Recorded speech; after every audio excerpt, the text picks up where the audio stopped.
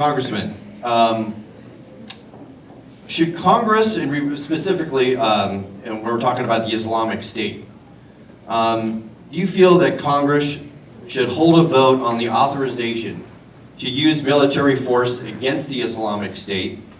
Why or why not, and how would you vote? And in addition to that, do you feel that our nation's policy towards Syrian refugees should change, and why or why not? Okay. So obviously, if we're talking about what's happening in the country, we're always talking about our economy. We're always talking about relations here in the world, but we're also always talking about what's happening abroad. What's happening with our military, what's happening with our alliances, and what's happening with possible enemies. What's happening with ISIS over the last 10 years has changed, and it has gone in different directions and in different countries. It will always be our top priority until we have either defeated them completely or we have gotten them to a point where we can control. Now, secondly, if we are going to do that, we've got to take a role as Americans. We are either going to step up and do something, or we are going to just be a part of the team. I think that we should step up. I think that what happened this last Sunday, we know that the Houthis sent these two missiles out at our destroyer. We know that. We should take serious action into finding this out and making some sort of strikes to make sure that this doesn't happen, or tell them in our strikes that this will not happen again. But this is always going to be one of the biggest issues that we're going to see, whoever goes into Congress. Not just what's happening with ISIS, but what's happening across the border from North Korea all the way down. As sitting on Armed Services, we get these briefings weekly. Many of these briefings I can't even talk about. But we get these briefings weekly because things are changing so quickly. Now, the second part of the question again? Yeah, sure. Do you believe that our nation's policy toward the Syrian refugees should change? Yeah, the Syrian refugees, and I'll do this very quickly. This was an executive move. Our refugees that we bring into the country are typically 70,000 per year. The executive, the president, can bring that up. He brought it up to 80,000, but he said those 10,000 will be Syrian refugees.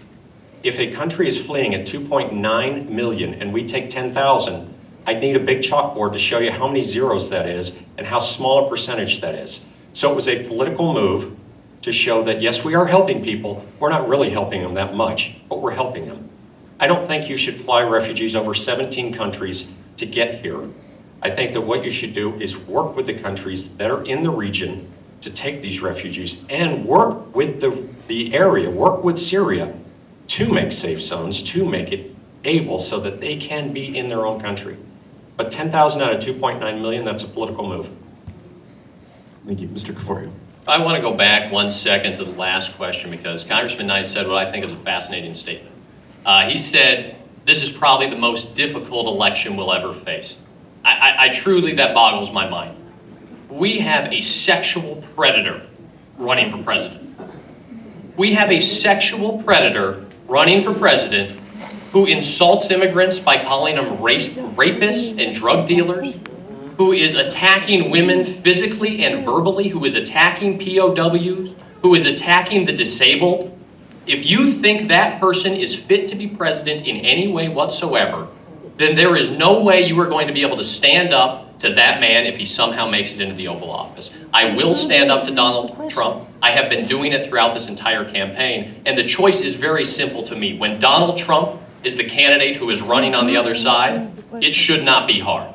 Mr. Caforio, I'm sorry. Would you please answer the question, though? Absolutely. I think we need to authorize or take a vote on authorizing the use of force. We're using a very outdated, it's 14, 15 years old for an entirely different type of enemy. ISIS is a new and different type of enemy that presents a new and different type of threat.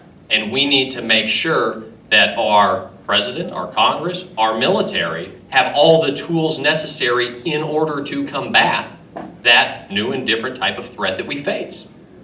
With regards to Syrian refugees, we absolutely need to protect our country. We cannot let dangerous people come into our country, so we need to have vetting. and we need to make sure we keep this country safe. But we also must remember that we are a shining beacon of hope for so many people, and America has always stood up and led the great global crises, and it is no time right now for us to stop. We can protect our country, and we can remain the global leader that we have been and always should be. Thank you.